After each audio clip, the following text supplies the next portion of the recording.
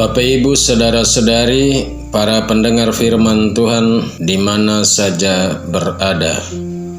Selamat pagi dan selamat berjumpa kembali dalam renungan harian pada Minggu Advent pertama 3 Desember 2023. Sebelum kita memulai renungan pagi, marilah kita membuka renungan pagi kita dengan berdoa. Dalam nama Bapa dan Putra dan Roh Kudus. Amin. Mari berdoa. Allah yang Maha Pengasih, Engkau tampaknya begitu jauh, tetapi sebenarnya Engkau selalu dekat dengan kami. Kami mohon bukalah hati kami agar dapat mengenal kehadiran-Mu dalam diri Yesus Kristus Putra-Mu, teristimewa dalam diri sesama kami yang kami jumpai setiap hari, sehingga kami mampu menyambut-Mu dalam menantikan kedatangan-Mu dalam Advent pertama. Demi Yesus Kristus Putra-Mu, Tuhan dan pengantara kami, yang hidup dan berkuasa bersama dengan Dikau dalam persatuan Roh Kudus, Allah sepanjang segala masa. Amin. Bacaan-bacaan suci untuk renungan pada Minggu Advent pertama saya ambil dari kitab Yesaya bab 63 ayat 16b sampai 17, bab 64 ayat 1 dilanjutkan ayat 3b sampai 8, dari surat pertama Rasul Paulus kepada jemaat di Korintus bab 1 ayat 3 sampai 9, dan dari Injil Markus bab 13 ayat 33 sampai 37 yang menjadi inspirasi utama untuk renungan Suara Sabda pagi hari ini. Tuhan bersamamu dan bersama rohmu. Inilah Injil suci menurut Santo Markus. Dimuliakanlah Tuhan. Sekali peristiwa Yesus bersabda kepada murid-muridnya, "Hati-hatilah dan berjaga-jagalah, sebab kamu tidak tahu bila mana waktunya tiba." Ibaratnya seperti seorang yang berpergian yang meninggalkan rumahnya dan menyerahkan tanggung jawab kepada hamba-hambanya, masing-masing sesuai dengan tugasnya, dan memerintahkan supaya penunggu pintu berjaga-jaga. Karena itu berjaga-jagalah, sebab kamu tidak tahu bila mana tuan rumah itu datang atau pulang, menjelang malam atau tengah malam, atau larut malam atau pagi-pagi buta. Hal ini kukatakan supaya kalau ia tiba-tiba datang, jangan sampai kamu didapatinya sedang tidur. Apa yang kukatakan kepada kamu, kukatakan kepada semua orang, berjaga-jagalah. Demikianlah sabda Tuhan. Terpujilah Kristus. Tema renungan pagi ini saya beri judul, "Hati-hatilah dan berjaga-jagalah, karena kamu tidak tahu bila mana waktunya tiba." Bapak, Ibu, saudara-saudari, para pendengar firman Tuhan pada channel Suara Sabda Pagi yang terkasih, hari ini kita masuk dalam masa Advent minggu pertama di tahun liturgi baru, yakni tahun B. Masa Advent bagi kita bukanlah hal baru. Kalau kita sungguh hidup sebagai orang yang tidak saja beragama Katolik, tapi juga beriman Katolik.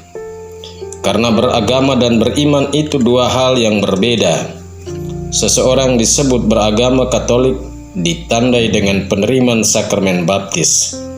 Karena tanda pertama yang menunjukkan dia beragama Katolik adalah sakramen baptis, yang menjadi pintu masuk seseorang dapat menerima sakramen-sakramen gereja lainnya.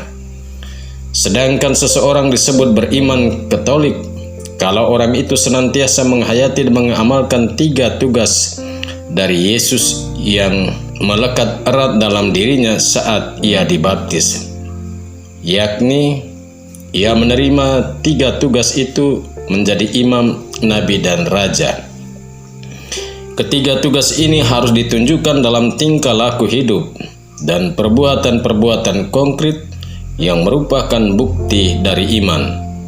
Sebagaimana kata Rasul Yakobus, iman tanpa perbuatan adalah mati, perbuatan tanpa iman adalah kosong.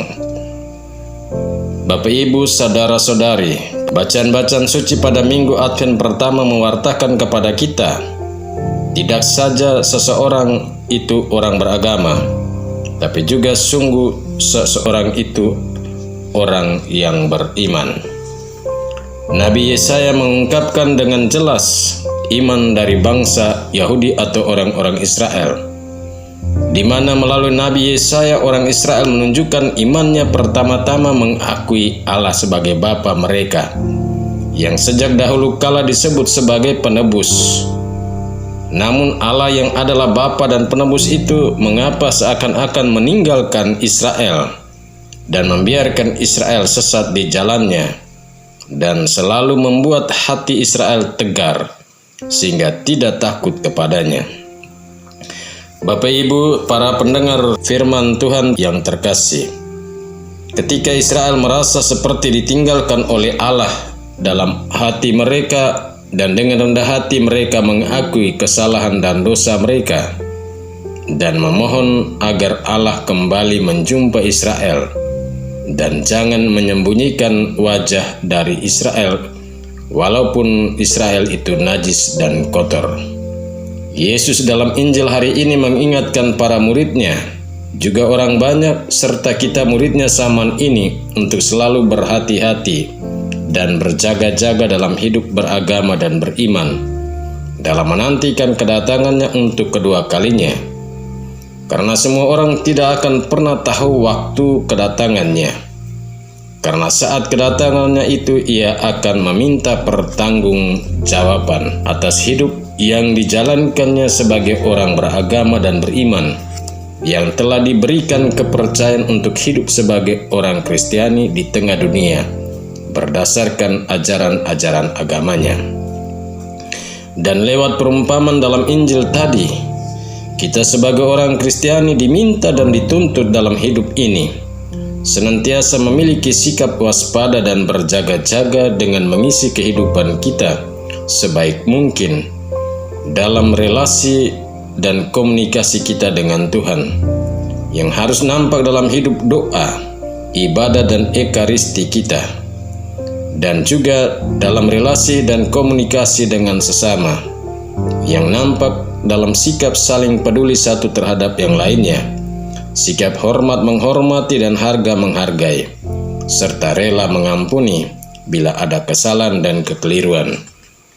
Dan dalam hubungan dengan alam lingkungan, kita harus memiliki rasa hormat terhadap alam lingkungan dengan tidak membakar hutan, juga tidak merusak alam lingkungan laut dengan bom dan lain sebagainya.